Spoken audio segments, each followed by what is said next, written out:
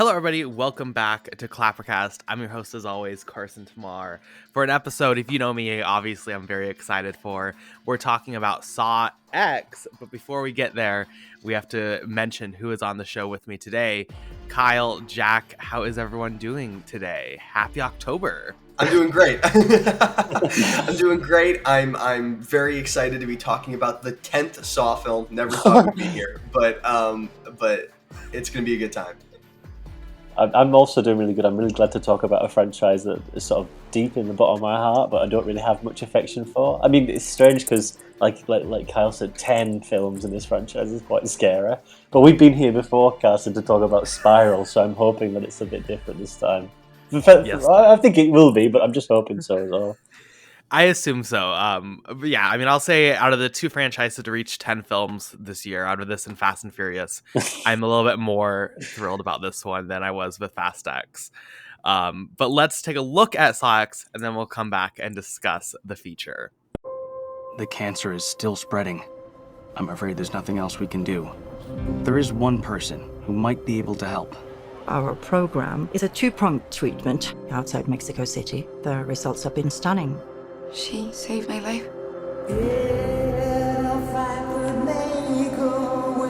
You're in very good hands with us.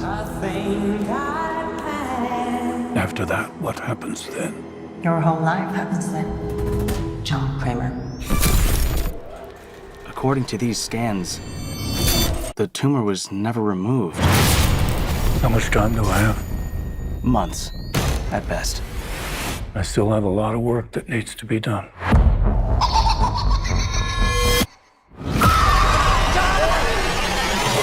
So Saw X, if anyone's trying to keep track of the narrative of this franchise as far as timeline, I don't know why you are, but it takes place between Saw 1 and Saw 2. John Kramer has learned that there is a possible treatment for his cancer, and he travels down to Mexico, but turns out it's all a scam. So you know what John Kramer is going to do? He's going to lock a bunch of people in a bunch of traps and make them do very brutal things to each other to teach them a lesson. I think that's the thesis. Obviously, I'm a big Saw fan, so I'll just quickly start out because everyone... I remember, Jack, in the lead-up, you were like, oh, I'm starting to have faith in this film. And I was like, oh, Jack, we've been there with Spiral. And not that I even hate Spiral. I like Spiral. Yeah. Like, I would like every film in this franchise, even if most are like 1-star films. I really was like, Jack, don't get your anticipation up. And then the early reviews came because there was no early screenings. So like Thursday night, the reviews started to roll in and people were like, it's amazing. People were like, this is genuinely the best Saw film. Easily, it's the best if you look at like Rotten Tomatoes. So I was like, oh my God, are we actually like, is this going to like do it? Like, is this going to be a great Saw film? So I saw it yesterday, and I will say, as a Saw fan, as a Saw stan, sorry, let's be clear, I'm a little bit more mixed than most. I think there's a lot good here. I think the cinematic quality is good. I like the whole character exploration. This is not trying to be, and I appreciate any franchise that 10 films in, especially when you look at like Saw 3D or Jigsaw and just how cheesy and how trashy in a lot of ways those films are. I appreciate when a series 10 films in is like, oh, we're going to try to do a real movie and we're going to try to like breathe new life into a franchise. I appreciate all of that. But I do think it is a little slow. And I do think as a Saw fan, I don't know if this is fully delivering what I want from this franchise, even if what they're giving is solid. I don't know if when I saw the Twisted Pictures logo come up and I got this like giant smile on my face, this stupid fucking smile, I don't know if I was anticipating necessarily what they delivered, but I'm sure we'll get into it. What did y'all think of Saw X to begin us off here? I was really excited from the trailer for this one because my issues with the last two Saw films, with Jigsaw and Spiral, is that it felt like it lost some of that energy that the original films had. It had that trashy kind of nu metal stylings of the mid 2000s, and it felt like kind of Jigsaw and Spiral kind of played it safe, played it very generic. And the trailer for this one made it look like the return of that trash that I like. And especially with Tobin Bell as one of the leads, which we haven't seen since Saw 3, I think. And I'm kind of with Carson, kind of not. I think this is a top 3 Saw film, but like you said, most of this franchise is bad in very unique ways. I think that the pacing is quite bad at times. I think it takes a long time to get into it. I think it's way too long. But I think once it gets there, I think it is a total blast. I think the traps are good. I think Tobin Bell is giving his best performance in this film. I think he's really out there. He's really trying.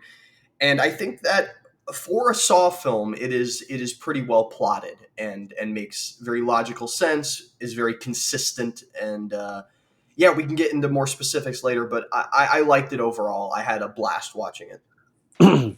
Yeah, I'm going to probably agree with both of your sentiments. I think I'll also put myself in the Stan bracket. I've seen these films since.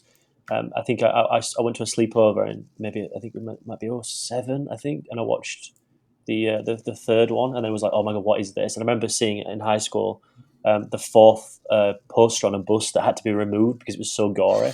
So it's like I'm always on the benefit of this project's working because they're all dumb fun, but they know exactly what they are. And I think, like you said, Carson, I was always I've always optimistic, but it always comes down to I know none of these are going to screen for critics, so that's one thing that's a slight worry. But the second one is when those early reviews come out and they bomb, I just know what I'm going to get. And I think the same thing happened with Spiral for us, in that people were like, "Oh, it's two to one, 1.5," and I was like, "Oh, okay." And then I get something from that film, but not as much as I wanted. To see these were getting average reviews, I was like, "Oh, here we go. This might be something quite good actually." And to be honest, I agree with both of you, but in different ways. I quite like that it's long in a sense that the Jigsaw, but specifically Spiral, and I think Spiral has a lot of influence on this film, is that with Jigsaw, they forgot that it's character that drives these plots, not just the spectacle. And with Spiral, they tried to meld the two together, but they didn't have Tobin Bell, Shawnee Smith, and the character, the guy who plays Mark Hoffman, these people we've known beforehand, to sort of energize that narrative and then give us the spectacle. This is probably the film that gets two of those things right: the spectacle and it gets the character. The problem with that is that I think I wrote this in my review on Letterboxd, is that the problem with this film is that it feels like a second origin story, and this is a far more personal type of Saw film, in the sense that we're going to dive quite deep into John Kramer's psychology and his own venom. But the problem with that is that we've seen this. We saw that in Saw 2. We saw that in Saw 3. And then we get flashbacks in the latter ones, especially with his wife, Jill, and what we know happened to his baby, and then the influence of Shawnee Smith there. We've got that from 9 films beforehand. So I wouldn't be able to argue that the length. The problem is that it wants to really, really drag this out. And I don't mind that, because I like seeing this character and seeing it before, but it's nothing necessarily new. I will say that I'm 27 years old, and I've never really got squeamish in a cinema, and I've seen a few of these, the latter ones anyway. So I would have probably seen Jigsaw onwards, which is not a lot, but I've seen them, the latter ones. And there's a sequence in this film where I generally wanted to be sick. I wanted to leave, and I know we'll get there in a bit, but that to me is a type of horror that I haven't seen in a long time, because we've gone through this second wind of elevated, heightened horror, which I've never got an issue with. I really quite enjoy it, but it's more so psychological, and dare I say, it was really good to see some gore back on screen. So I agree with Kyle as well. I'll say this is probably my top 3. I know that's not great within this franchise, but I do think this feels like old school Saw, in that 1, 2, 3, and 4 rolled into one, and that's my era of Saw. So I was really glad to see this, and it's getting really good reviews. It's doing some good money, and I'm all more for it. This franchise 5 years ago was dead. I mean, a decade ago it was dead. So to see it be revived and to get really good scores, I'm really backing it. I'm really excited to see where they take this. But Saw X was fine, and I don't think there's anything wrong with that. I don't think it wanted to be anything more. But I'm really glad that it was good. I'm just shocked, to be fair, than anything. Well, it's just wild, like, when a film, like, I don't know, has basic, like I know it's like a joke, but like Saw 3D, the blood was not even red, right? Yeah. Like, there's choices in these films that you look at and you're like, obviously that is poor. Like, when a film, when it just returns to like hey, we're gonna genuinely take like the traps and the technical side of things just seriously. The impact it has, where it's squeamish, it's fun, but it like takes itself in a way where you can respect it and you can get into it. It feels like old Saw in that way. I feel like so much of that was lost when they started using more CGI and they got rid of practical effects. It's nice to see them kind of have a return to form in that sense, as far as visuals go. I will say, I think the issue I have with length, and maybe we can start there, is the just pacing in some scenes. The opening, especially when he travels to Mexico, for me, drags on and on and on. Because as a fan of the franchise, I know John Kramer is not going to get cured of cancer. Even if you didn't know the plot ahead of time as far as it being a scam, you know it's not going to work out for him, right? You know this is going to lead to a Yeah. saw trap. I found it very difficult to sit there and engage for 30 minutes maybe on this whole setup of the hope. And I think like there are moments like when he has the operation and then afterwards he's walking around and he has hope in his eyes and such. Like that's an effective scene. But I don't know why that had to be so long. Once we actually get to the games, it also takes so long between them where it's just him and Amanda talking. And I think that's good to a point. I think it's worthwhile. I like these characters, like you mentioned, Jack, but I feel like there has to be a way, and maybe it's just changing around the structure and narrative to where you interject that backstory and you interject those moments throughout and you have the traps also throughout.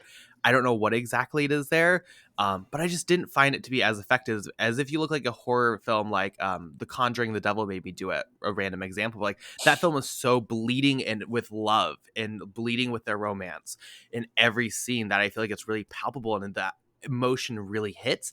I don't know if the emotions of this hits quite in the same way. Even the relationship between Kramer and Amanda, which I would say like is the biggest factor here, the biggest thing of substance, and I think it does add to a point. You mentioned that we've seen that relationship before on screen.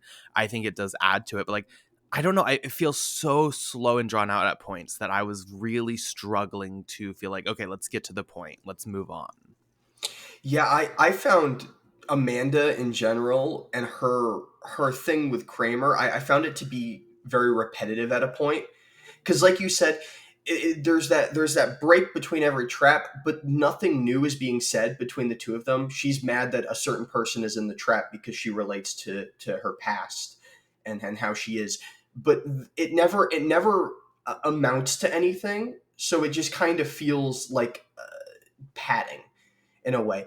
And I totally agree with you in that the length isn't the problem if it was paced well. If I felt like they earned that length, but I don't. I felt like an easy 15-20 minutes could have been cut, and then it would be the length of the other Saw films, which are all like a tight 90. Yeah. Yeah, I mean, I would just to further that as well. I think the idea of padding is a really good observation, because ultimately that padding is just genuinely fan service as well, because we know what Amanda's struggle is that she has a rock of conscience with what she's going to have to cope with once John Kramer's gone. But we got that in Saw 3. There's a predominant amount of time between 2 and 3 where we looked at those characters, and those films are an hour and 40 each.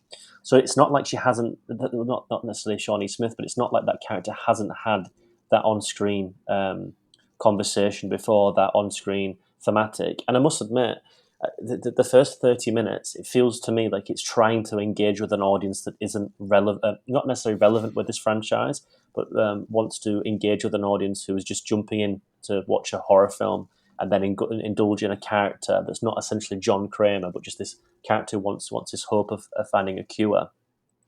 And I think it tries to wrestle with that the idea of wanting to scale itself into just this normal generic character who's fighting to survive and seeing this wonderful thing that might happen and cure him, and then he's being taken, the wind beneath his wings, and then it's trying to wrestle with that. This is John Kramer. What do we do with that? And the two don't really mix very well, because there's 40 minutes here of him like just being very, very misty-eyed, and knowing what the character's like, and then knowing that the character is very benevolent.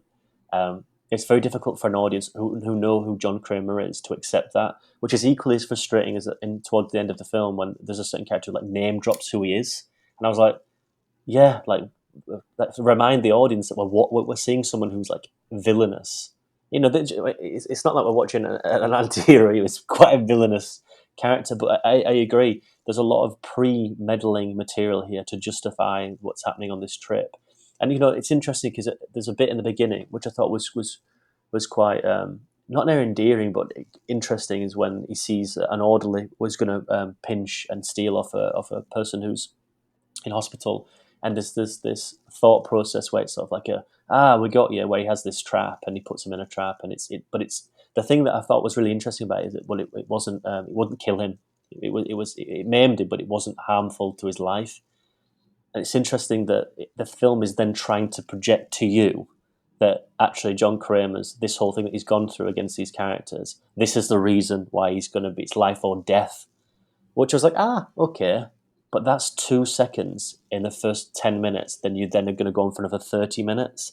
It just felt like it got lost. If that was the ideology the film was putting forward, is this is the reason why John Kramer went, dialed it to 11. I sort of get that, but for me, there was a lot of meandering with Amanda. But Amanda Shawnee Smith, who she was looked like in a wig that was black. It was dead weird because I always thought she had brown hair, but this was like jet black. It was dead weird.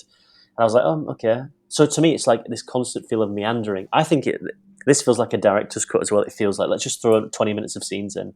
I think if you watch Saw 3, that's got I think all of them have extended cuts until about, unrated editions anyway, but the second and third one most definitely have extended editions, and they have certain sequences that add very much vulnerable character moments.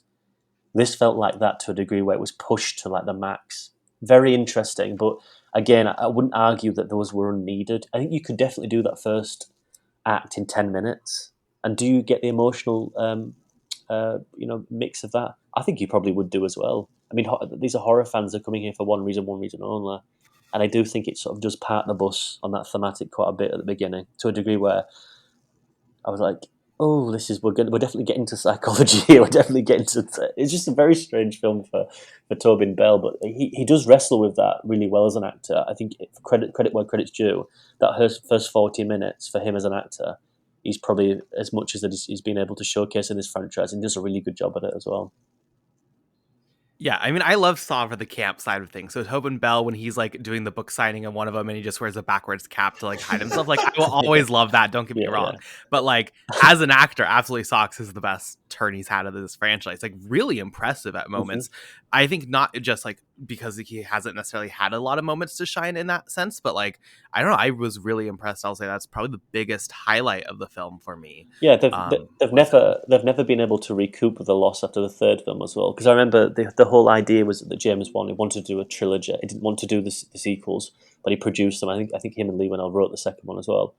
Is that just have a trilogy, and then I think once it started to make quite a lot of money after that third film, you then have to reinvent the wheel, and it was like mini trilogies in themselves. And then they at the end, when you get to final chapters, this thing where you have to bring it full circle. And I always remember there was always this comment about Carrie Elwes coming back and doing it, but Carrie Elwes is coming back and doing it. And I appreciate the fan service of it, but they've always struggled to have that lead formidable actor, because there was an issue in Jigsaw when they couldn't do it. I don't even know, is it Logan Nelson, the actual character? It's like, what? No. It just, there's no charisma. And then with the Chris Rock thing with Max Minghella, that also suffered really, really poorly of having a monstrous character who could dual role that. And I think Tobin Bell here is a perfect example of, you just want to keep what you can for as long as possible in this franchise. If that ever tells anyone anything what was writing, keep these people around, because you'll just suffer for like 6 films. Yeah, I totally agree with you. One of the main strengths of this movie is just Tobin Bell being the lead character, not the secondary lead like he was in Saw 2, Saw 3, the lead main character. And I kind of want to get into some of the traps, because I know that I know that Carson and I are going to disagree, because I saw his Letterboxd review and he was not too hot on them. But I thought it was a great collection of traps. I thought some of them made me visceral in the theater. There was one specific one. I don't know how deep we want to get into spoilers or go anything, for it. Yeah. The one that really gets me is the leg cutting. Oh my god, no. Yeah. Anything with like very thin wire cutting people is a big no for me, and so watching that was particularly difficult. But no, I thought the traps were super unique, super fun. I like the one with the 2 chains and the radiation on her face. And the biggest laugh I got in this whole movie is when the when the radiation thing moves to follow Yeah. her. Yeah. Such a great bit of dark comedy. Yeah. But no, all of that stuff and kind of, I think that this batch of actors that are in the trap are one of the better are some of the better actors in the Saw films, because I've seen some of the previous Saw films. It's like porn acting sometimes with the people in the traps. It's like it's terrible.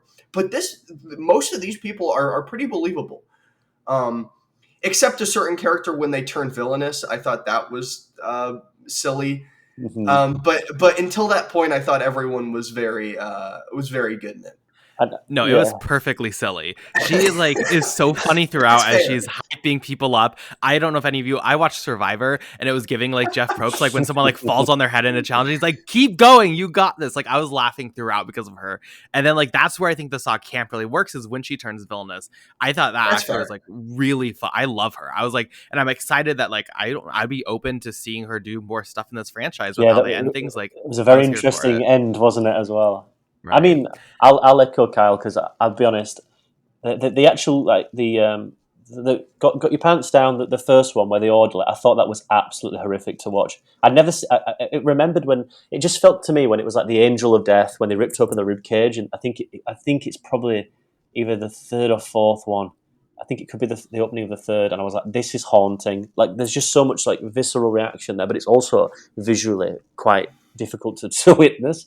So I thought that was quite difficult. The first one in Mexico was also very difficult when he's got to cut those bombs off. I thought that was quite difficult to watch. But I'll be honest, the Veronica sequence with the leg generally has traumatized me to a point where I had such a reaction that I genuinely thought I had to like. There's only three of them left. There's only three of them left. There's only three of them left. I don't get like I have those reactions with horror because it's just so institutionalized now.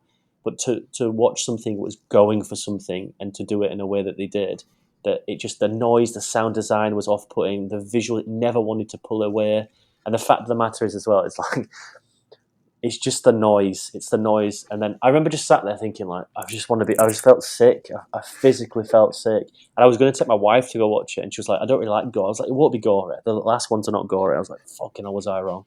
So, oh my God. I was sat in the aisle, I thought. And I sat, I don't know if I had like an AMC, but you know what cinemas like? You have the three and then you have everyone else, don't you? I sat on the three in the corner where the actual sound bar was above me. And it was like vibrating on my shoulder, and she was like, it was like da da da, and then she was like cutting her leg off, and I was like, oh, I genuinely wanted to puke. So after that, I think it did die down. But trap wise, like Kyle said, that radiation part there is so sick and twisted in a more wink nudge tongue in cheek thing where she's like, you did it, you can just you can just, and she twists like that, and then it just drops and goes and then turns back on, and it's like, and she starts screaming. I was like, that is horrifying to watch, but it's so well done. The Matteo one is vile, but it felt interesting that having watched the third one when we watch the doctor actually perform brain surgery, I was sort of slightly less leveled at that. I was like, oh, that's interesting, like a parallel almost, because we're going to ultimately see that the chronological events. I was slightly disappointed in the pig blood at the end with the two, because the waterboarding was very interesting, but obviously they bring a third party in there, which works for a motive core because the film then needs to feel some desperation because it's someone out of it. But I think it would still have worked well with Amanda and him, because then it was like, wow. But we both know what's going to happen. So we both know. We all know what's going to happen if you're a fan of the franchise. So it's quite difficult to like. So is the kid going? Are they going to go for the kid? So I appreciate that there's that endeavor where you don't know what's going to happen to fully comprehend the sequence itself. But I just thought the execution of it was a very strange type of trap as well. Something we haven't seen before, but nothing that felt had really strong iconography, especially with what you've seen everything else. But I'll give this to the film. If I was going to give anything more of a benefit, I'd say that the fact that everything was brought down a level to be quite intimate helped those sequences in itself. If they were separate scenarios, I would have felt more underwhelming. But the way I thought this was going to be constructed, that when they're all in the room and he's in there with Shawnee Smith, with Amanda, and he's talking to them all, I thought that was how we were going to proceed, that we were going to be in that room and he would be there watching them and it'd be very intimate. But then there's that pacing issue that you said earlier, Carson. That's what annoyed me more, is that we would enter the room, then we would stop. We'd go have a conversation in the overseer panel at the top where we find out with the twist. But then they come back, then we do it again, then we come back, then we do it again. And to me, I felt that was more repetitive than the opening. But granted, I think I needed that respite to then be like, oh, I needed that on a personal level more than anything. So I think watching it again, I probably would twist it like you two. I think I'd have it more issue with the opening being so slow to get into it. But I did think that the actual time between the traps was mostly comments that Carl said, just pandering, just padding to get these characters. I just want to get to the point. So it was. I just felt like it was a difficult one to sort of associate myself with, to then be like, "Oh, this is horrifying. We're going to pause and be bored." Oh, this is horrifying. It was like that really strange lack of momentum in that second and third act. And then when we get the twist with another thing with a guy, I was like, "Really? Does not anybody know where this is going?" But other than that, I think as on a visceral level, it really did bring its A game to the gore anyway. Let's be clear. I think the traps are like effective in being gross. I actually plan to go back and see this again. I know they're showing it in 40x. It's God. a once in a lifetime experience I have to do. think I so, want to yeah. be like, as they're cutting the leg, I want to be like squirted with water, like it's blood. Like I want to be there doing that. Also, that scene might have been a little better for me because I do this thing where I count every physical saw in a Saw film. So at least that was the one trap where there were saws. So I was like, hell yeah, I get to count 2 of them. Dear me. Definitely like technically well executed, very gross. My biggest issue comes from the lack of unique iconography within this franchise. Even Spiral, to a point. If you look back at each film, there are traps that they're memorable. And here there are a couple. I think the Mateos death, like the final moment of that specifically, is memorable. The opening eye trap, I see why why they're like promoting it so heavily. The payoff for that, I think, is kind of like disappointing. I don't know if they fully push that how my sick and twisted Saw stan mind would like them to. But the rest of them, like, we've seen people perform brain surgery, as you mentioned. We've seen them have to take flesh from themselves. I get there's only so many, things you can do, but it feels like it was just so like we've seen this before. Yes, it's gross because naturally seeing people, cut open their brains are gross. But it isn't providing something new to where I'm going to look back at Saw X and be like, oh, here's all the great traps from that moment or from the film. And here's all the great things I remember. It felt very standard, well done. But it wasn't necessarily as like shocking as maybe I would like to have with just ideas and concepts. I mean, compare the creativity in this to like Saw 2, where in Saw 2 you have so many unique and instantly iconic traps that really like you don't know where it's going, and then you're like, oh god, a pit of needles, or even when they stick their hands in the box. There's so much there. And here, for me, it just felt a little bit boring as far as the concepts of the traps. But yes, I mean, absolutely still gross, still, plenty of blood. Looks really, really good, all the traps. But I just don't know if that fully provided what I was like looking for as a Saw fan, especially when you take into account the slower pacing, especially when you change up just the style of what the traps looks like. It's not like they just wake up and they're in it like normal. Like, as a Saw fan, who I can appreciate trying new things, I don't know if I fully got like what I wanted out of a Saw film with those moments. Yeah, and I mean, also, what exacerbates that concern you have there, and I think it's an issue I think a lot of people will have, is that it's the padding that Kyle said as well. When we actually deter from those moments that we've come to see, that the actual dialogue we have is so padded out and so repetitive and so self-indulgent in a way that it doesn't evolve anything. It feels like we're going in a circle. It feels quite a difficult relationship on screen then to be more immersive in the material itself. So then when we go back to the actual trap itself, I think on a subconscious level, you're wanting it to be so good that we spend more time in it. And each time we go back and back and forth, it just feels like it's slightly underwhelming. I do think that there's again, like I mentioned before, there's certain ideas here where it's pretty grim, but I think the film isn't sort of more internally wanting to look at the actual designs itself, because I do remember that I think Jigsaw did this in a weird way where it wanted to self-examine, like, oh, look at the traps we found here, and there was this throwback where it could indulge in what we'd seen before and have a bit of fun with it. Here, it doesn't even want to indulge in those traps at all. I think the one thing is the Gabriella thing with the radiation. That felt so personal because of how he splits it up, and because Gabrielle as a character is is very much out of these the least of the vile person in a way, but nevertheless she's still part of the crew. It felt even more substantially difficult to watch that, and that's I think that what the film works in that it's putting vulnerability on screen and then and ultra torturing the audience through that, and it's very captivating in a very strange sense of the word, but nevertheless it's very very emotive. Everything else is just I think the Matteo one is the prime example. Is that okay? I've seen that, so I'm just going to have to withhold myself and be like, oh, okay, let's watch this. I bet it's just brutal. But then you've got, I guess the idea is what do you then do with it, because it can't elevate it, and then the material they're reusing it, but you're not having any substance behind it either. You know, because Matteo technically isn't the one who operated on his head anywhere. So it was like, oh, that's interesting. Because I would have thought, well, are we not going to then make this weird ironic twist where each one gets their own comeuppance, because that's what Jigsaw used to do, didn't he? The Amanda with the needles because she was a heroin addict. There's multiple other ones that have this sort of resonance, this ironic resonance between the trap themselves and the character. This one didn't feel like it had that. It felt like it was just quite nasty. And I think in a weird way that if you have that resonance between trap and character, I think you can find more immersive not enjoyment, that sounds sadistic, but sort of this ironic twist of like, oh my god, this means more personal, then you're more enamored with the actual sequence itself. I think that's the issue here, that it doesn't have that. But I'd be interested to see what you both think. But for me, there wasn't enough connection between the trap and the actual subject that felt personal in a way. But granted, the whole film is a personal ride of John Kramer's sadistic intent, so perhaps that I may be wanting a bit too much there. I don't know.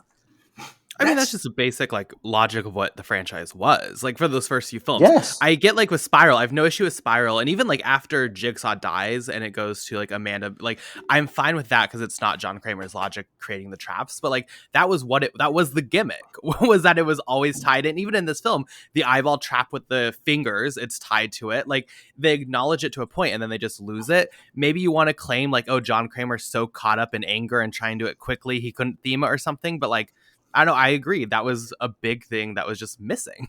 Mm-hmm. Yeah, no, I guess I didn't think about that when I was watching it, but you saying it back, that's his MO for the first three films, and yeah, these traps do feel more like Hoffman traps, where it's kind of impersonal, very showy, very mean spirited, because Hoffman as a character is much more like mean spirited than Kramer. It still mostly worked for me because I was taking it as like a group effort. He is just so pissed at everybody because they are the reason that he is going to die now. So just to throw them all in, and he's kind of stating that they're all implicable in this terrible thing that they did to him. So even though Matteo didn't do the brain surgery on him having to perform it on himself just kind of shows that they are all culpable for what happened to him. And DJ, Yeah. I would probably agree with that, but I still think with Carson, I think it's strange. It feels strange where I don't know if you said this, Carl. I do apologize, but this feels like it feels like it.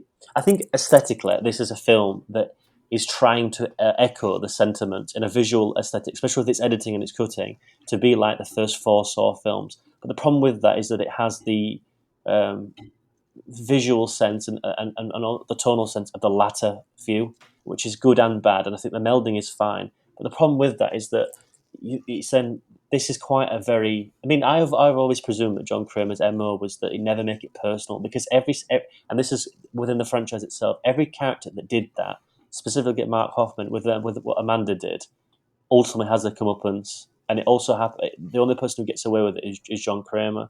Now here, the idea is that he's going to get personal with this, but he's still going to give them the choice, which I thought was a very interesting sort of technique to have. But then again, it still felt a very, very, very personal and sadistic venture for someone to get the comeuppance. And because he's so withdrawn in a way that he's very stoic as a performance, especially as a character when we see it, you don't get that vulnerability to sort of him even indulge with that sentiment of, is this too personal? But he's so reassured in what he's doing. it doesn't give the audience that second guess to be like, oh shit, actually, maybe Amanda's right here, maybe it has gone too far. I think if it had little breadcrumbs of that, this would be a far more engaging film on a personal level. But because it doesn't, I'm just watching it and thinking, well, I think Amanda's right, and you're just going too deep in this. But then, because the film eventually wants to reveal him as being this all-encompassing, godlike entity being that he knows everything, every single, Christ, what he's like in Las Vegas, he'd probably come away with on the slots, like millions of dollars every day. But he has this this ESP ability to see in the future and to understand other people's processes. It just felt like I just felt like it was slightly underwhelming, the fact we knew where it was going to go. There was a lot more they could have done here, in the sense of, right, well, because there is this little flirtation towards the end about he was the unseen part of the plan, and it does make that's probably the best part of the film, because you don't know what's going to happen to that child.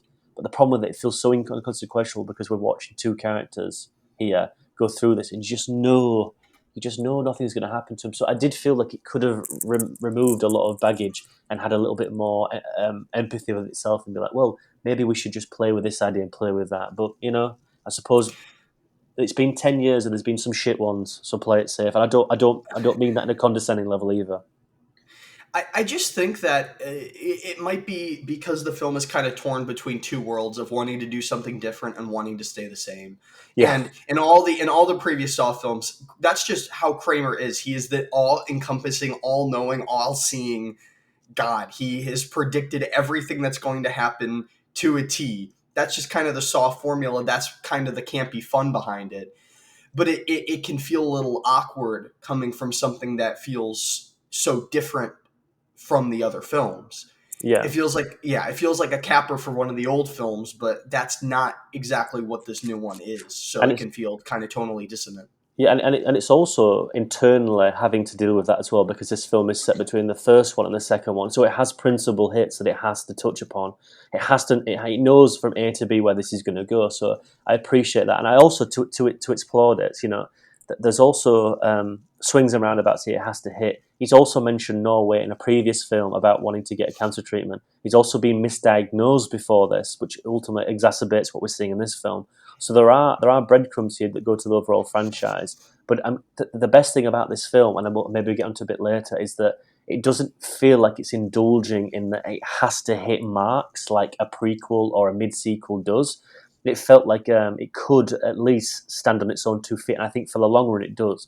The two issues I have with that, and I don't know if I'm jumping the gun here, is obviously the two additions of sub-characters. One, right, that is such fan service with Shawnee Smith, which I actually really like her as an actress. She's so underrated in this franchise as well. Why they had to show her in the trailer is unbeneath to me, because that affectionate when we actually get her as a reveal is so good, because she's dead. We haven't seen her in ages. The fact that they ruined that in the trailer, and also no one's going then thinking, wait, Tobin Bell's back. I don't think I'm going to go, wait, Shawnee Smith's back? We've got to buy those tickets. No one's doing that. Let's be quite honest. All power to Shawnee Smith. I love you to pieces as well. But if they would have hidden that'd have been so effective. It's the other one for me where I'm like, because that mentorship we haven't seen on a personal level like we have with Shawnee Smith. And Shawnee Smith's character, Amanda, has real issues about moral consciousness and empathy within her role in this franchise. Mark Hoffman's character doesn't. Mark Hoffman's character goes after the person who killed his sister and then ultimately causes absolute havoc within this world, which I think is very interesting. Now, if that mid-credit sequence, I know this is spoiler, I do apologise, I've jumped the gun, but I'll give the benefit of the doubt here, because if that sequel bit there is trying to imply that we're going to see their partnership and how he, very much like Amanda, chose what he was going to do and chose that he was going to go against the game, it'd be interesting to see them two discuss their psychological input of what they're going to do here, the empathy, the morality question here. If that's going to be a film next, I'll be there to see it.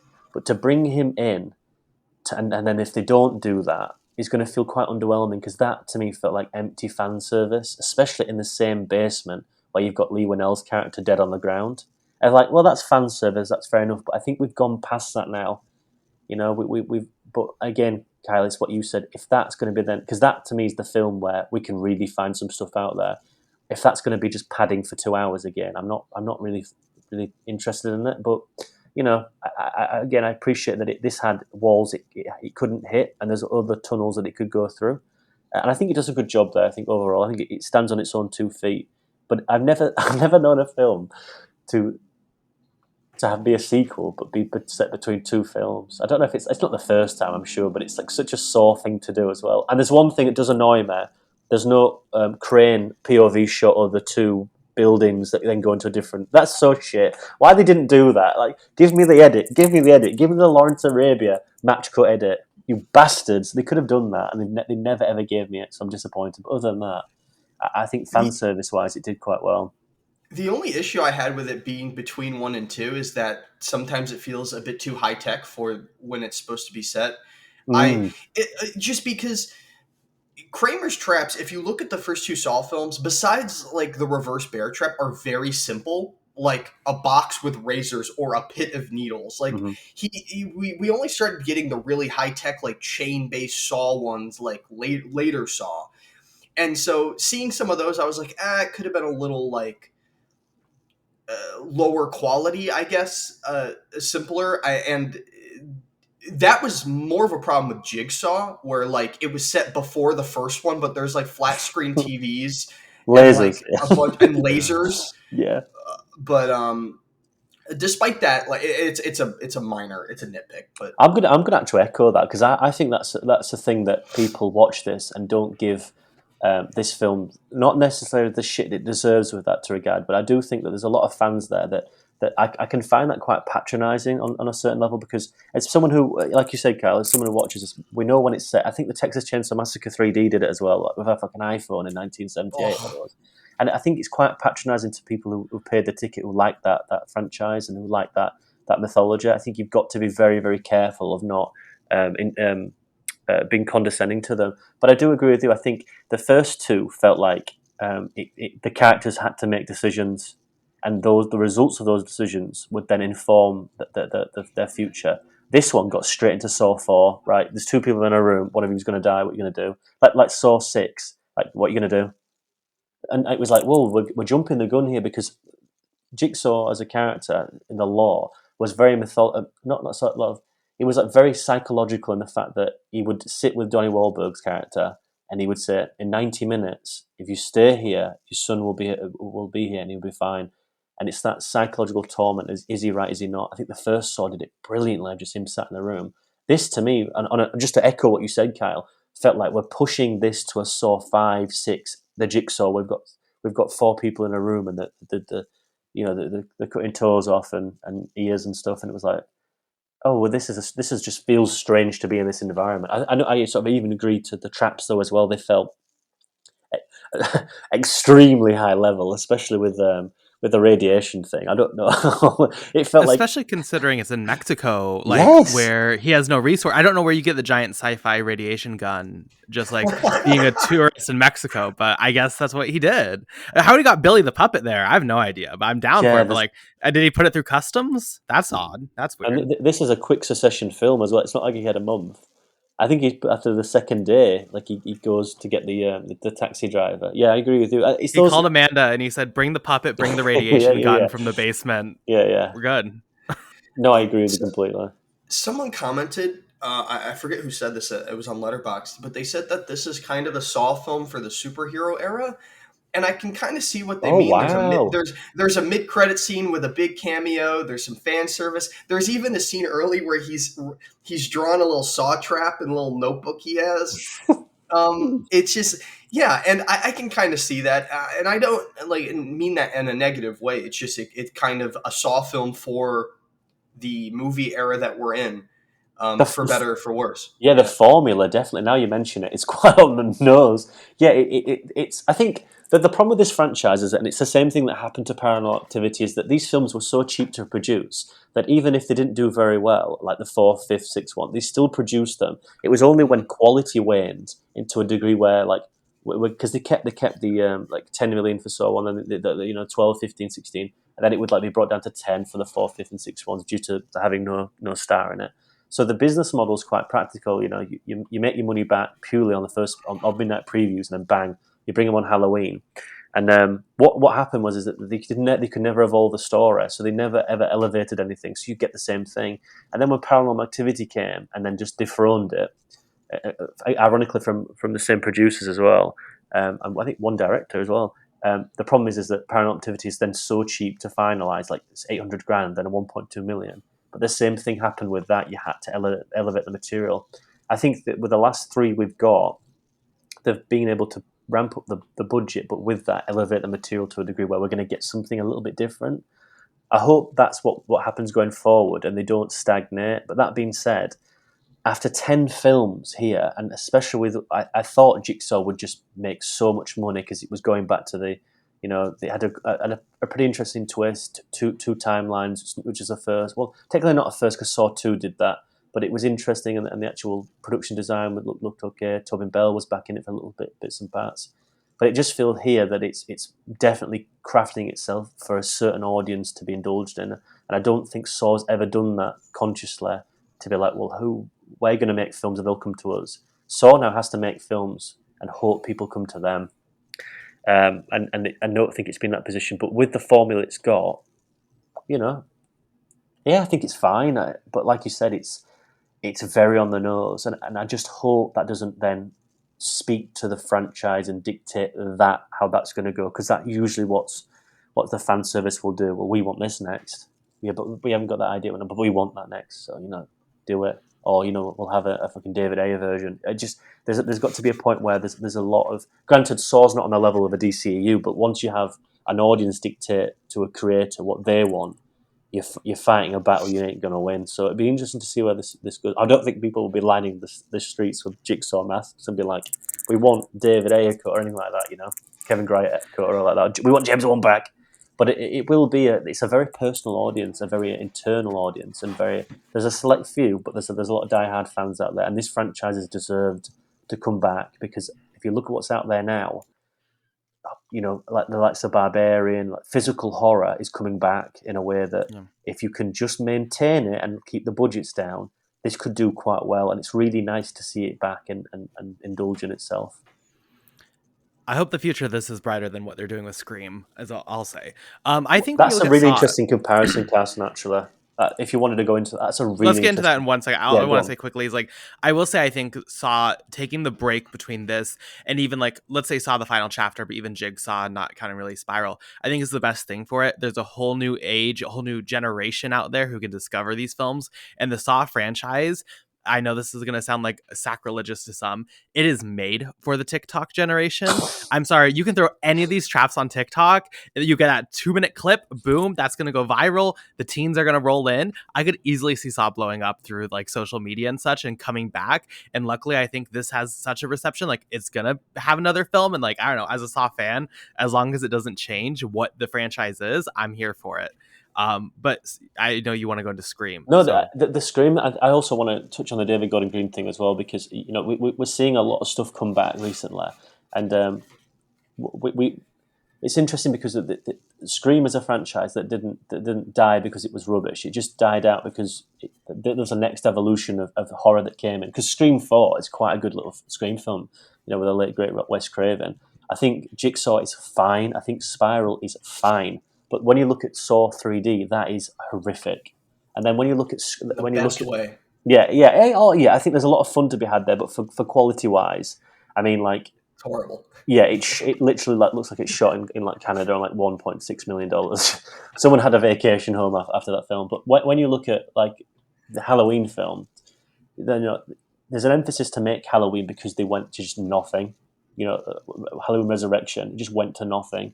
And then you get people who bring it back. And the first reincarnations of it, like Scream, Halloween, and stuff like that, they all come back and they play it very safe. They play it very much like Force Awakens in a way where it's very simple. We can bring an audience back. It's always those second outings for me that are very strange, because you've got to then get to grips with making something distinctively different from 11 films before. Your director wants to do something different. Your writer wants to do something different, but your audience want the same thing. And I think the same thing has happened to Scream, and that the same thing that happened to Halloween. I just hope that the same thing doesn't happen here, because I know I've mentioned this on Slack with everyone who writes at Clapper and stuff like that, and I'm going to say this here, right? I've seen the I'm gonna this is gonna sound terrible, but I've seen the I was debating whether to say this all day, but I'm gonna say it. I saw the Exorcist Believer trailer, right, and honestly, the one thing I'm glad that William Friedkin's not here to see that, because I think it's such a dishonest and quite morally bankrupt idea. For the 2 minute trailer I saw on screen, and I'm the trailer's not everything. Look at the thing with Matt Damon in France and stuff like that. There's a lot of trailers that give off impressions that are not actual reality. But if that wants to be an Exorcist trailer, I want to be an Exorcist film, then I'll run for office. Like seriously, the problem you've got is that people forget what makes the first ones brilliant, and it's because there's no preconception of what they're going to be. Nobody thought Halloween was going to be what it was. Nobody thought William Friedkin's Exorcist what it was going to be. Scream, and the same with Saw. But they run a course where they ultimately catch up with themselves, and I just don't want to see this go into the hands of someone who doesn't give a shit about it. I'm glad that they brought people back. I mean, the guy who made this made the third, fourth, and fifth one, and also edited them, and then he went to go make Paranormal Activities. I'm glad they brought him back, but I would like to see Lee Winnell come back to this. I would like to see James Wan touch on this, produce it at least, and just make sure it's steered into good hands. Because if not, like what Carson said, I can see this being curated for an audience that wants the gore, and it's the same issue that happened with it beforehand, where it forgot about the characters. They're bringing Donnie Wahlberg back in the fourth one. It's like, oh, that's good fan service. They bring Carrie Elwes in the back in the seventh, or whatever, the seventh one there. It's like, oh yeah, but it's fan service. But those were not characters who drove the screenplay. It was a cop who you'd never known before. It was a marveled character who was thrown into this cesspool of like, what do we do with this psychological, moral ambiguity? That's what made this franchise work. This can only go so far with how this then projects itself with the Tobin Bale, Amanda, and Mark Hoffman, because we all know their ends. So you've got a line there. So the reason why I just bring the Exorcist thing up is because you can go anywhere with it, anywhere. And what do? They make the same thing. So I just hope this also doesn't play it safe. I can see this going anywhere. I like that it went to Mexico in a way, Go on, Kyle, go on. Okay, I gotta say two different things. One, just a slight correction. I think that Kevin directed Saw 6 and 7. I think that. Oh right, okay. I think he did. You're those, thinking of he you're thinking edited of all who of them. did Spiral. Yes, that's it. Yeah. Yeah, Darren Lynn Bousman is who you're thinking. Ah, that's it. Yeah, because Lynn Bousman went to go to do the Paranormal Activities. He went over to a rival franchise. I know that because he went against the previous film, and I think it was Paranormal Activity, and it bombed it out of the water. Yeah, but Kevin Wright has also been, just for clarification, like you said, I think he has been the bones of this franchise as well. He edited all of them. Yeah, which is important. I think it's important as well to have very a little important bit of to the styling of it. Yeah. But to respond about The Exorcist briefly, I think that the reason that all these movies are playing it so safe is because they see what happens when they don't. They don't make money. Everybody hate bombs it on Twitter. When they take risks, people don't seem to appreciate it as much. And I'm not saying that as a blanket statement. I'm just saying that studios like doing the easiest, safest thing to guarantee the box office return. That's why all these franchises have a Force Awakens, where you bring back older actors and you basically redo the first film again, or kind of recreate certain sequences or whatever basic iconography type things. Yeah, I mean, the one thing which I think is interesting to point out, though, is that this comes from the house. Well, not essentially from the house, but the Exorcist one does as well with David Gordon Green. Is that Jason Blumhouse would be the sort of the antithesis of that, because he keeps the budgets low and they make decisions where it's not in for the audience's interest, it's in for the characters. And I've always quite liked his ideology of making horror. You make it cheap, you make it effective, you pump it out there. If it does well, we make another one. But we'll always be proud of the actual entity we put out. And I think he's made some mistakes, but ultimately down the road, say whatever you say about the David Gordon Green sequels to Halloween, and I don't mind the second one. I can't. I've got to watch the third one again, but to me, I just block that out. But there was, yeah. But I appreciate, and I really do honestly, openly say this, I do appreciate that there was an effort to distinctively make those different. Halloween Ends is not the same film as what the previous Halloweens were in a similar way, where it wanted to look at Cora, it wanted to look at the town. I think Halloween Kills is an interesting one where you you give the audience like what Michael is on like steroids. So they do. There is a distinctive difference there. I'll probably be led to believe that Exorcist Believer is going to be very different. However, that trailer does not inspire me at all. And I think the issue with Saw is that if it had a little bit of the Jason Blumhouse DNA, is that it would keep these budgets down and it would make creative decisions where, yeah, the audience might not like it, but it would still be beneficial for him, the studio, and the film all to make their own makes money. Jason Blumhouse puts another film out and Saw's out, and it's different. I think that's the reason that I'm slightly worried with the reception of Spiral. I don't think Spiral was bad because it had Chris Rock and Samuel Jackson in. I think it was poor because it took the DNA of what Saw was and echoed it into a very different sentiment. So I think if they could get that right, which I think they've really tried to do that here, and I think it's worked. The fact that Saw 1 is rated like 50% on Rotten Tomatoes. This has got 86 at the current time of recording. That's not right. That's not normal. Shouldn't be normal. So I just hope there's that. Because I appreciate, I know if you put your money where this film is, you want it to make more money. I appreciate that. I just think that horror shouldn't be safe. If it was safe, you wouldn't have had The Exorcist in the first place. I mean, William Friedkin, rest his soul, made creative decisions there where you want the guy to come save the day, Father Merritt. I don't think that's going to happen, sweetheart. Or you want Father Karras to be this resting hero. I don't think that's going to happen. The guy lost his faith. Do we want Linda Blair to say PG-13 words? No, she's going to say horrific comments, and it's going to make you uncomfortable. But again, that's a 70s. That's a 70s temperament compared to a 2023 one, I think, as well. Sorry, Jack, regarding the Halloween sequels, I can take you to McDonald's and serve you dog shit on a fucking bun. And it's different, but it doesn't mean it's good. There's an appreciation there, though, I'm sure. They serve me something different than whatever the chicken nuggets are, but I'll concede to that point. I'm not going to argue against that. I think with the horror, the biggest thing, I would like kind of push back on your point, Kyle. I mean, not that that's not what studios are doing. I hope with films like Barbarian that take risks and do unique things that have a good reception, get good box office, like hopefully we're seeing a change in theology with horror. I think when it comes to franchises like Saw, there's this very like family element to a lot of these horror franchises that I really appreciate. Jack, I know we both watched Child's Play recently, that franchise. We saw in 2019 how they tried to take that away from them, didn't do that well, and now they're back with the TV show, and that's the creators and cast who've been through all of them. There's a family element there. Insidious, Patrick Wilson just directed that. I like that they're keeping that in the family. Saw, they're keeping in the family. Conjuring, to the most part, they're keeping in the family as far as the actual like sequels. I think that is the key, is having people who are willing to take risks with horror, but do it when they understand and have a respect for the franchise and the audience. It's when you have outsiders come in, like David Gordon Green for Halloween, or you have the people who made the new Texas Chainsaw Massacre on Netflix, where they're taking risks and it's not respectful to the audience and it's not respectful to the franchise, and that's where you get that disconnect.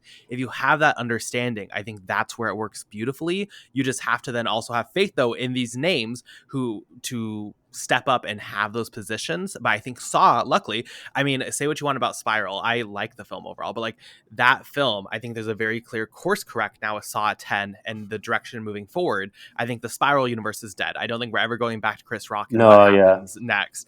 I think that they're seeing that if we keep this within the family, we keep this to where it's respectful to this franchise and what audiences want to the most part with these characters.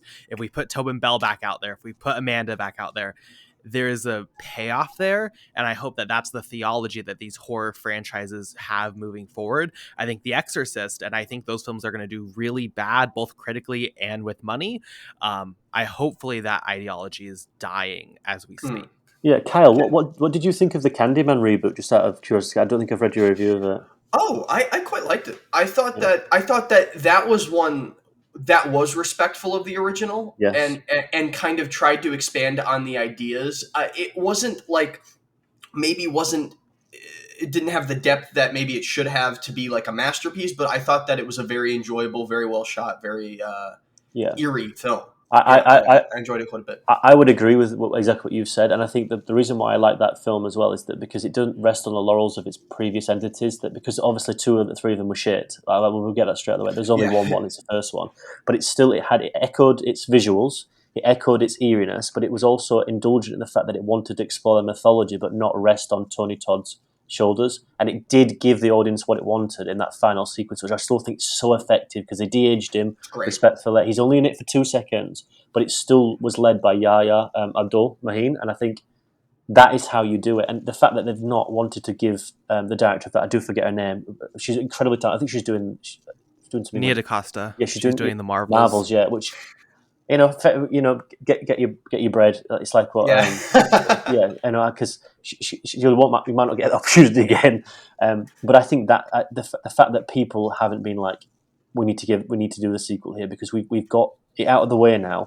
Let's explore our universe. That's what worries me about horror. It just feels like there's a lot of people out there who want to make money off the previous entities, and at least with Saw, you've got this pre-existing notion that we're going to get references to previous entities, and we're going to get very similar elements of it, but we'll have distinctive set pieces. They do feel different, but they all feel connected in a really strange way, and it doesn't feel like if you watch one of them, that none of them sell out in a way that's strange. Whereas I do think that felt very similar with Spiral in the sense of why is Chris? Because I remember reading about this on IMDb. Chris Rock wants to make a Saw film, and I was like, is this a joke? And then Lord and Behold, 2 years later, he's done it. I like that it's different. I like the fact that it's different, but there's different reasons why that failed for me. But again, if you can honor something like Candyman did, like you can with Saw, I think you've got it over now. But where does the difference is that those characters are new. It can evolve. This now has had 4 attempts to make new characters to justify new legacies, and all of them have failed. So it does need to find a lead actor or actress to really go forward with this. And where this film ends, I don't think it does service to what it can go forward anyway, because it's still going to be stuck between 2 and 3 now. There's no way they can sort of, again, it's like a quick book. They've got it out of the system, but the very short-sighted money making. There's no foresight here for me personally. It'd be interesting to see where they take it, but they're going to have to find someone, and they're going to have to find someone quick. Because if Chris Rock and Samuel Jackson couldn't do it, and the guy who played Logan Nelson, I just don't know where this then heads me for the future. It sort of gives me a little bit of like ick. I just don't know what to suggest either. I mean, the Saw franchise, the issue is just like the format and how they've decided to play this narrative throughout the first 8 features. Like, there's almost no room to have that connection and set up something new, right? Like, we know the narrative. It's not like you can just say, oh, there was another person there who like learned everything about Jigsaw. He's dead though. So you have to, and also the gimmick is like all the new characters die in the scene, in the traps, right? So like, it's really hard to introduce someone new unless they want to be something crazy like the little boy in this grew up and decided to become Jigsaw too. I have to push back here. First and foremost, about a little kid, I generally thought that was going to be Max Minghella in Spiral. I was waiting for that. Second of all, they do, and he's an actor who keeps on cropping up. He was in Operation Fortune. He was in The Last Mission Impossible. Cary Elwes. That's what I was going to say. Just get him. Sure. It feels so natural to do that, and also he's having a second win now. If you don't do it now, and he's in the public sphere of being indulged in, working with Guy Ritchie and again working on Mission Impossible, I think it's the time to do it. I just think that he's got issues. I think if anyone's read the history of this, he wasn't perhaps paid what he thinks he was owed on the first one, and the fact that there was ultimately trying to reuse his character in a way of proportionately trying to bring other characters into it in the second and third one, I think he's probably owed a few bits more, because the first one, he is the key in that to make that work. Lee Winnell is also very good, but he's the key to get people to watch that. So I appreciate it. Pay him what he wants. Keep the budget down. I'm sure I think he's a very well-off individual, but I think that's where you go with this. The fact that they can't get him to do that, and it's been almost 19 years, I think is probably a testament that it will never happen. Although never say never. We've seen Stranger Things, ironically, on Netflix. But I do think he's the one to bring this forward, and it feels like it's so ready for them to do that now. You know, because then you can then indulge in Jigsaw, you can then indulge in Spiral in strange ways. You can keep a mythology by keeping it thing. And also, he is a very stoic, as Lawrence Gordon is a very stoic character anyway. You know, If his bloated cameo in Saw 7 is anything to be indulged in, perhaps we'll have to have a conversation. But there definitely feels like that's the next evolution. The fact they haven't done that would concern me more. If I just feel like that option's not there. That's Yeah. like what it reads to me, is just like it's not happening. Ellen Burstyn almost broke her spine in 1973 to make The Exorcist. The only reason why she's doing David Gordon Green a favour is because she's being paid a massive bag. She said that on public record. That's the only reason. Pay him his money. Give the audience something. Pay him what he's due as well, because he's been a fighter for that franchise for a long time. He's part of the makeup of it. Just pay him and then get it over and done with. There's a lot of this thing about, like you said though, the fact that it hasn't been done probably said more than anything really. But sorry to interrupt, Carson. Yeah, I don't think Lionsgate has that kind of money. They don't have Jason Blum money.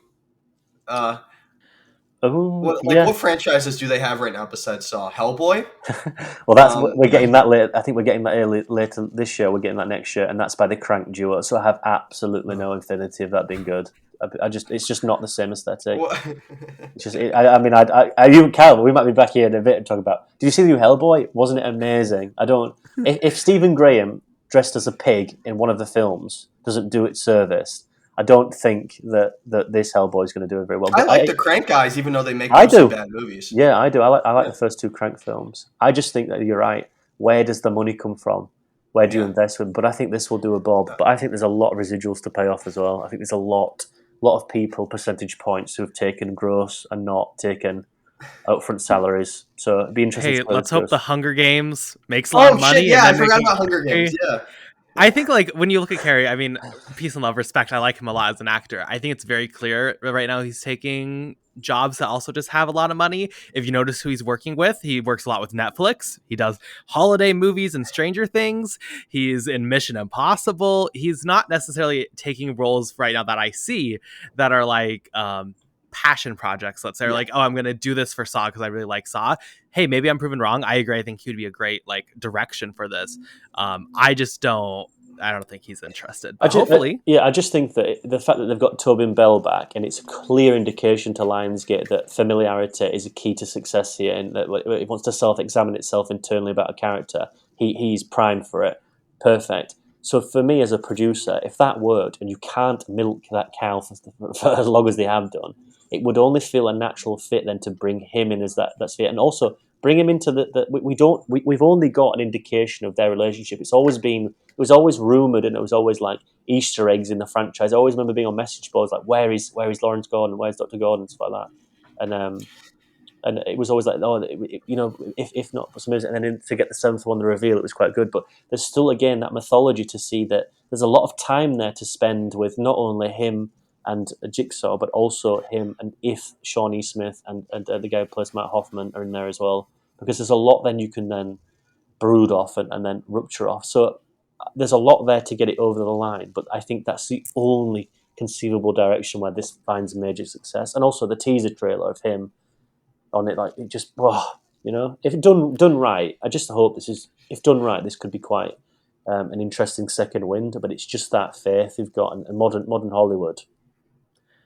I don't really have that faith in them, unfortunately. I just don't see them going to the next obvious success. But I could be wrong, I'm not gonna lie, they were really hyping up the credit scene in this movie. Like, even like Saw Twitter account was like, stay in your seat, like stay for the credits. There was a moment where I was like, are we gonna get like a split end credit scene with him where it's like cuts to modern or cuts to like him in a bar watching like the news and like I thought there was a moment there. Didn't get it, but I would have liked it. Yeah, I mean, we've seen strange things happen in this franchise beforehand, so it wouldn't surprise me if something drastic happened, that we had twin brothers or there was someone. Twin brothers would be the best. you think you could? I would accept it. I'm like, yeah, okay, that does not surprise me. But I think in all seriousness, it's got one way forward, and I think it would be so good if they could do that. And because I know that there's very big rumours it's been for a while, but I think it's pretty much connected. Is that the next Insidious that comes out will be a connective tissue with Sinister. Now, if that's the case and it does well, then that's fair enough. I think that those two meld. I don't want to see this do anything like it, but in the same token, there's a lot there to play with, It'd be interesting. I think the next evolution of horror, if we go back to gore, I mean, Eli Roth with Thanksgiving, we're going back to roots here. We're making gore-filled projects. So it'd be interesting. I think elevated horror will be there, but gore will take over for a little bit now. And I'm quite glad that we're going to have that second wind, you know? Well, yeah, horror's kind of going back to like a being really fucking sick and twisted, like Barbarian, and like Mm-hmm.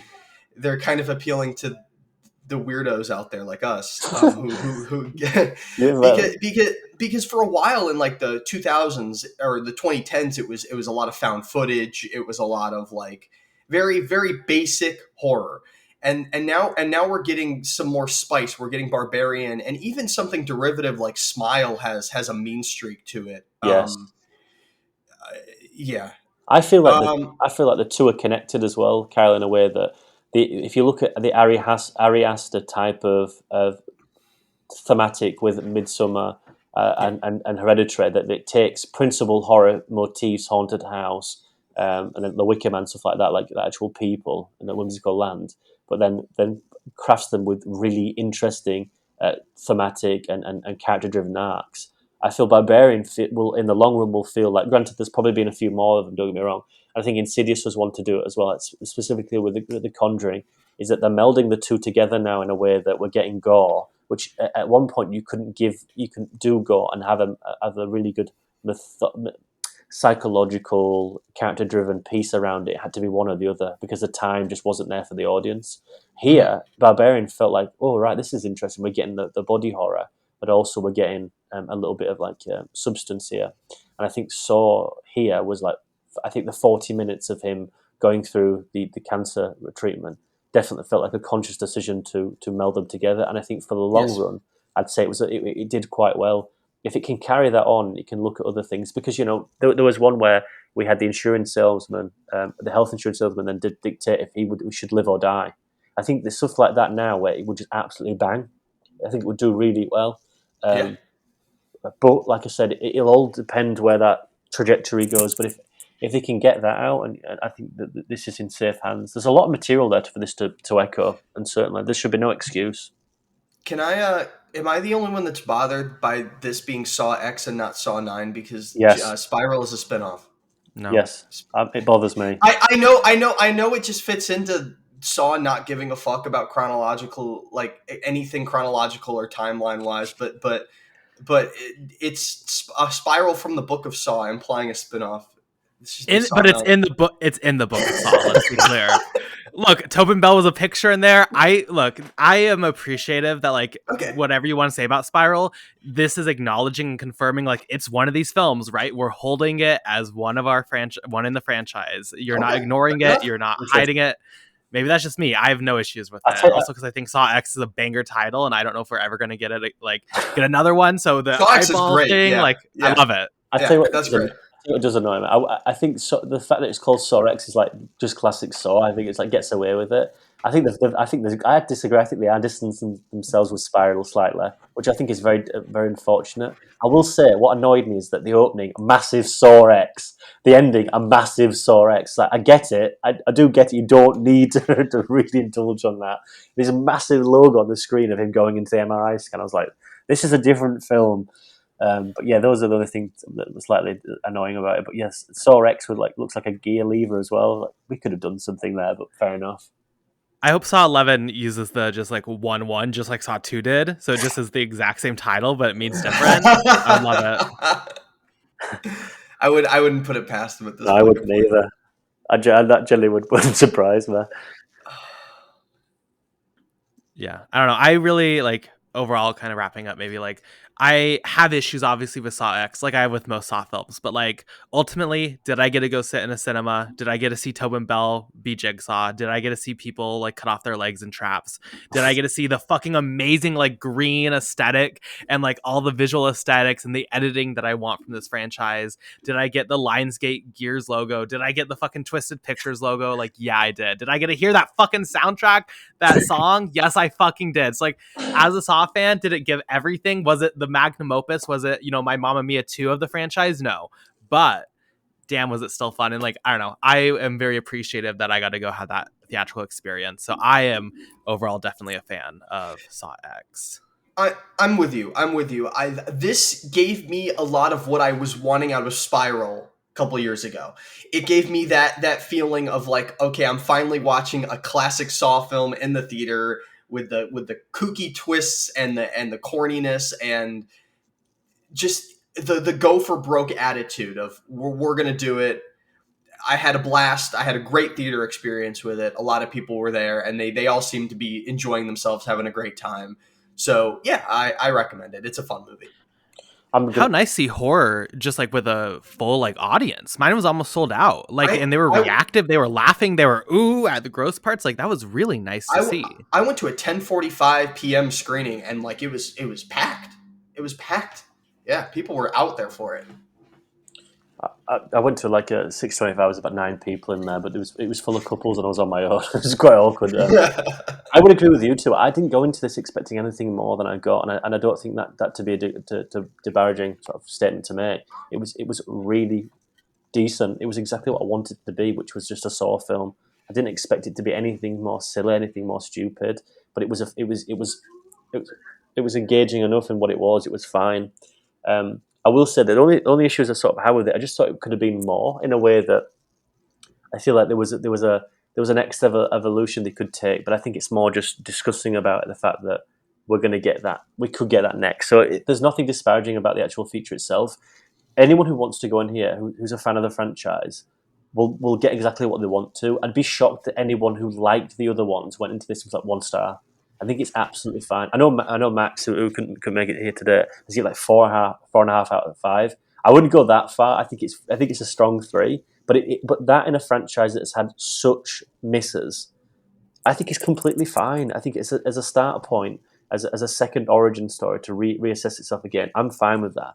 I do have one major issue, and Carson's mentioned it. I don't think we got that theme enough because it fakes us out as well. It doesn't start it when it ends. We have it twice. We have it when we have like a weird, strange version of it when he finds about the cancer being a fake or the operation, and then we get it again when she's like getting locked up with whatever his face is, with like Jason Statham light, which I thought was very strange. And then we got it again. We're in the mid credit sequence, but we never got it to end the credits when it's almost a game over.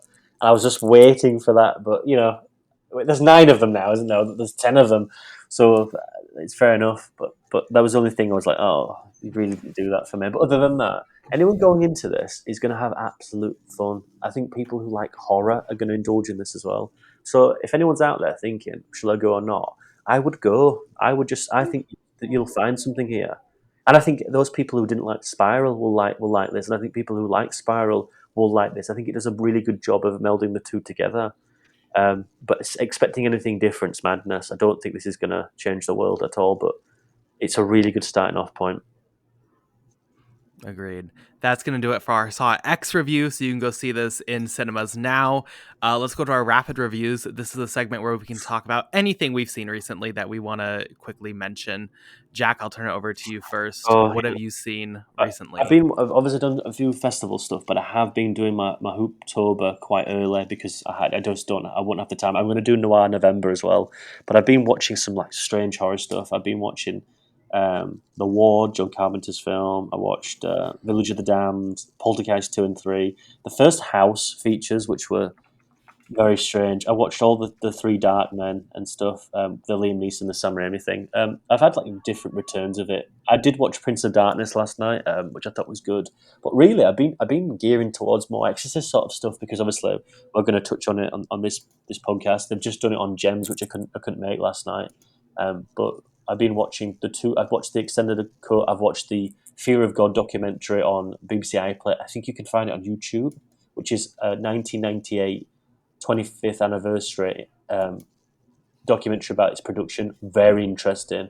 They should have got a Leap of Faith documentary about William Friedkin talking about. I'm going to watch that tonight. So I've just been indulging on The Exorcist, you see. So that's why I'm a bit more defensive about the 19th century version. I will say this. People are going to skin me alive for saying this, but I'm going to say it anyway. My wife's staying with me at the moment because she lives in America, and I made her watch The Exorcist, but we didn't want to watch it in television in the front room. It's too cold. So we watched it on my iPad in 4K in my bedroom. And none of us moved her eyes away from the screen for 2 hours and 3 minutes. It was just like watching something back on the cinema screen, and she really enjoyed it. And it was just really interesting to see a film from 1973, almost 50 years later, still hold up so well with its sound design and its production. It was sort of invaluable to watch as well during horror. So I just wanted to give a bit of a plaudit to The Exorcist. But after with a few more gems episodes talking about sequels and stuff like that, I'm hopefully going to be calming down on it, because diminishing returns is a definition under that franchise in itself. David Hey, Lynch maybe they're saving the shivered. best. Yeah. On the iPad. I know, I could feel it in my water. I've offended quite a few people. I hope we don't get any letters through, but email away. I'm sure I'll read them. Kyle, what have you seen recently? It's been a pretty light month for movies. For me, I've mostly been watching a TV show, Mr. Robot. I'm going through that right now, and it's excellent. It's very, very, very good. But my biggest film experience lately is I saw 2001 for the first time at the Alamo, and it was unbelievable.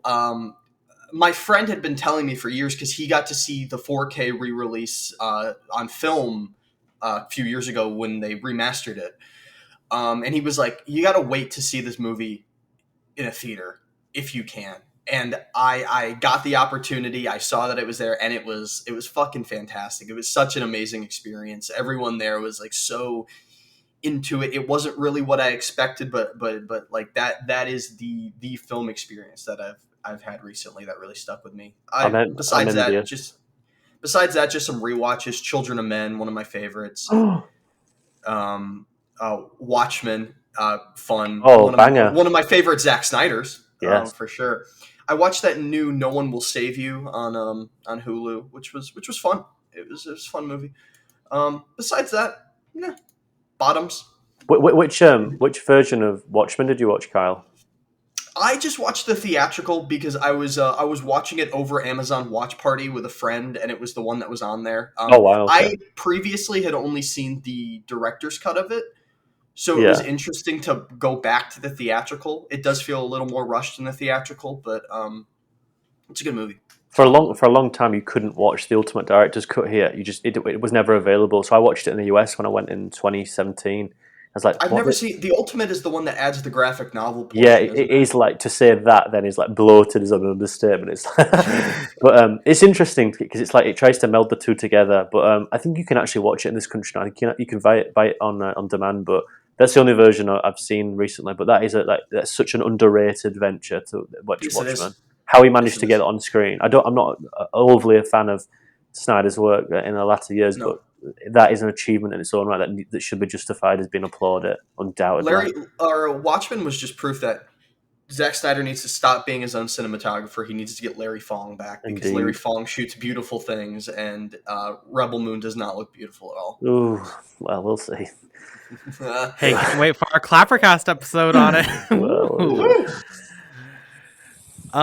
For me, I will quickly mention I had a Gareth Edwards double feature this week because I watched Monsters, and then I watched obviously The Creator, his new one, and I was like, there's a lot of directors I really stand. We talk about Neil Blomkamp, and like, even though I don't like his films, I'm like, oh, I really like him. I got really like mad at the concept of Gareth Edwards, because this man, I'm sorry, because I thought Monsters was like, I've heard it's really good. I watched it, I was like, oh, it's very boring. And I was like, this man throughout the 2010s, and like in context, there's so many filmmakers who would kill for an opportunity, right? Gareth Edwards has now had 2 opportunities with Star Wars and Godzilla to enter and have these defining features in these big franchises. Both times created really fucking boring stories with boring characters, with an interesting world, an interesting eye, which is his gimmick. He has an interesting lens he views the world through and view narrative through, and then he just like squanders it, I would say. Did the same thing with Monsters. So I was like, this man like has had 3 chances now. The Creator better be good. And The Creator is exactly the same, where it has interesting gimmicks, interesting ideas, and does nothing with it, and is just boring by the end. And I'm like, this man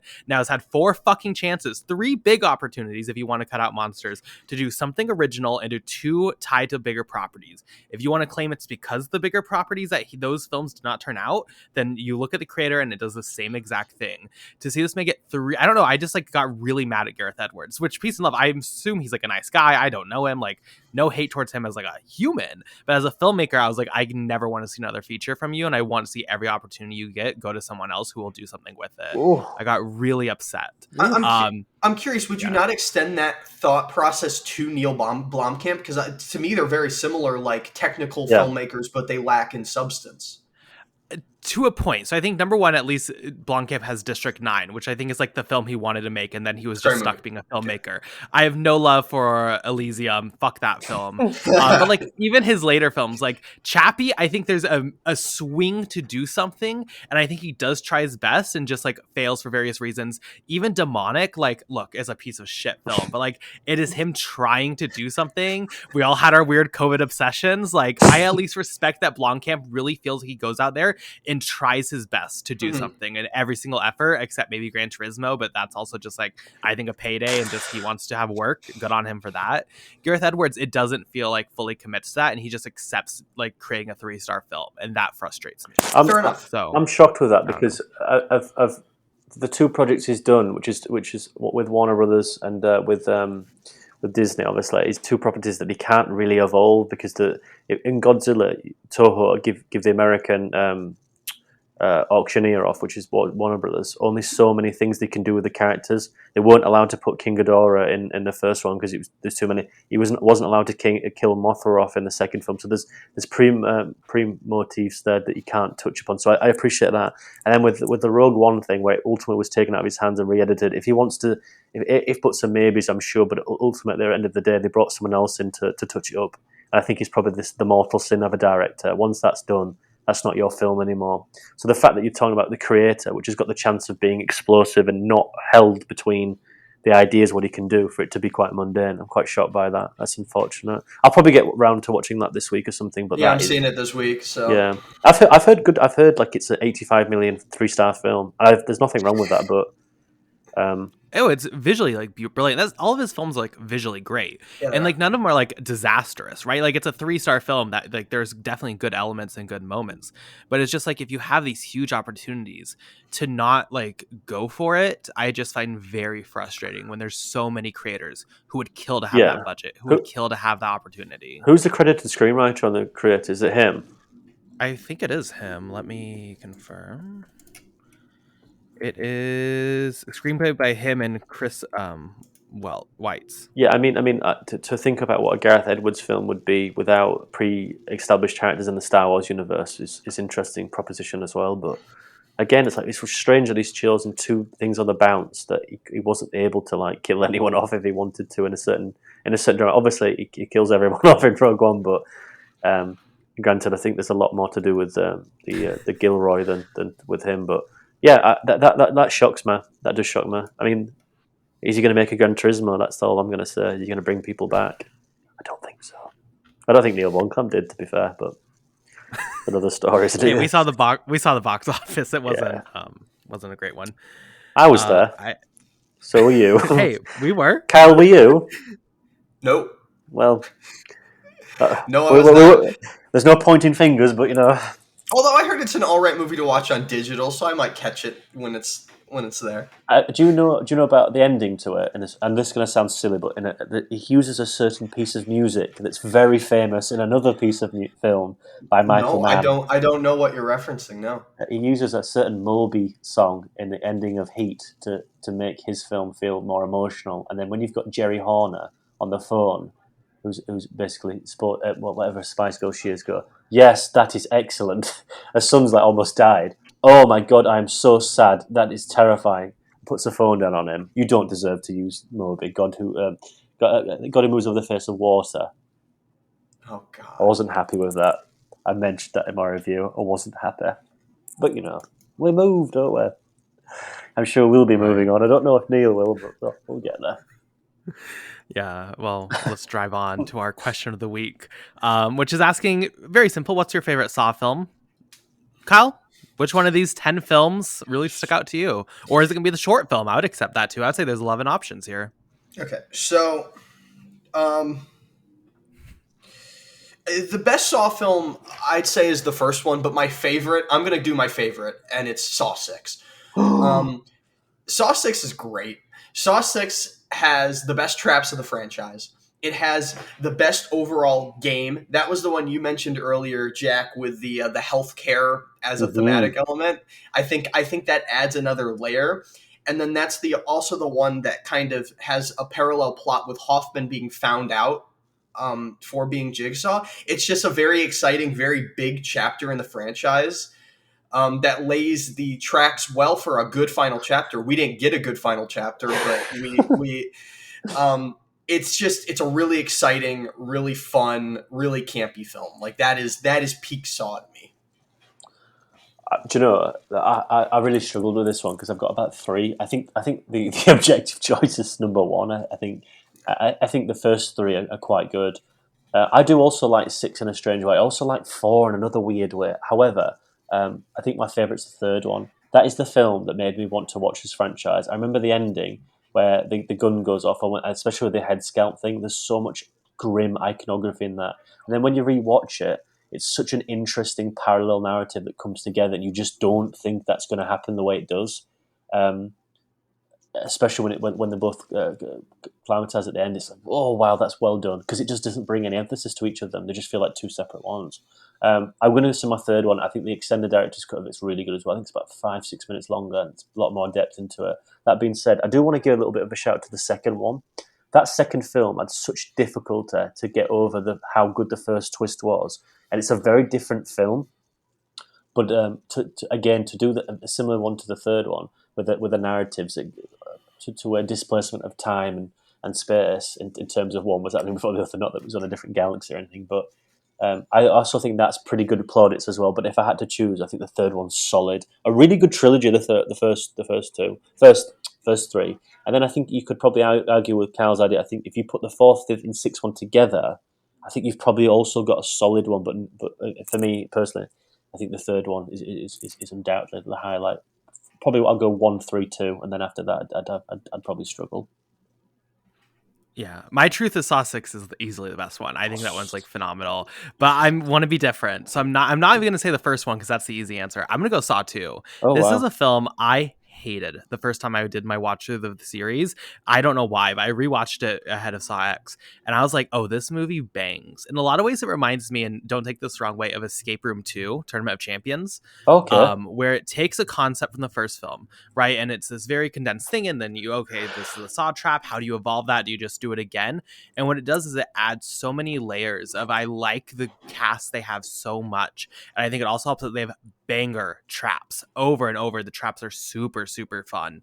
And you add this really intense story with the detective and the angle with his son being in it. Like, I think all that works. And then the ending reveal, like, they do it again. They have the first twist, obviously, in the first film, which is like iconic, awesome. And then you have this one, and it like hits again, and you're like, holy shit, like, yes. And I think that helps define like that the Saw franchise, what it becomes, right? I think the fact that they were able to pull off magic twice set the series up to have 10 entries. I think if Saw 2 failed to capture that, you don't have the interest moving forward to create what is ending up being created. I really appreciated Saw 2, but like, yes, Saw 6 is phenomenal, and I agree with Jack. The first three, like, an excellent trilogy. But I don't know. There's also a part of me that like, I appreciate that it's genuinely good. Those first three, the campiness of the like 6, 7, like hits in a very different way.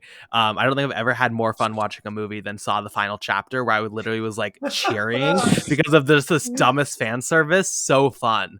But I think my answer is going to be Saw 2 today. But also on the poll, I'll put the first Saw because I know we all mentioned it.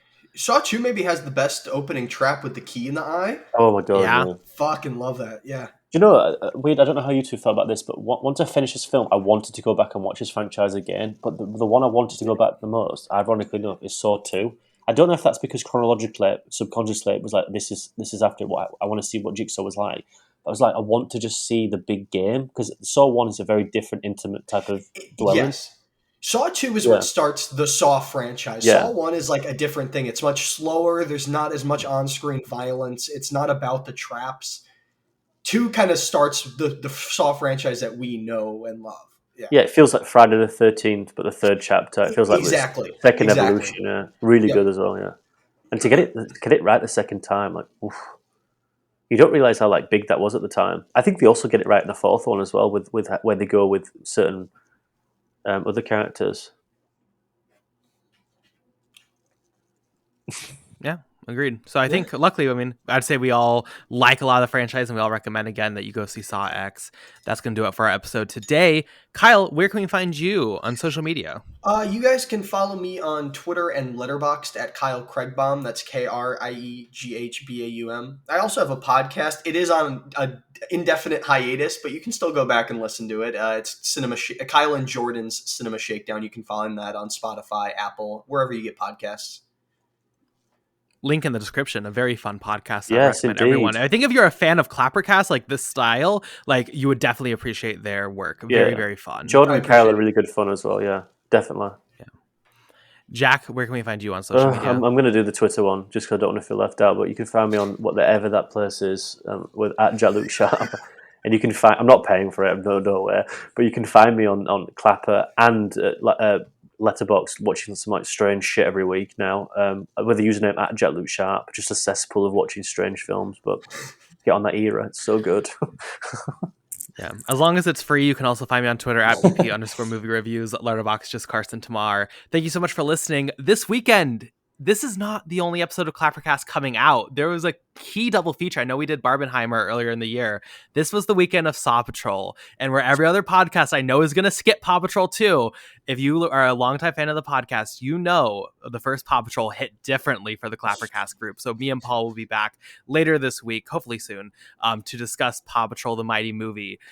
Take That, the creator. You didn't even get an episode. We picked Paw Patrol over you. So I think with that, that's going to do it. Thank you so much for listening. We'll see you next time. Goodbye.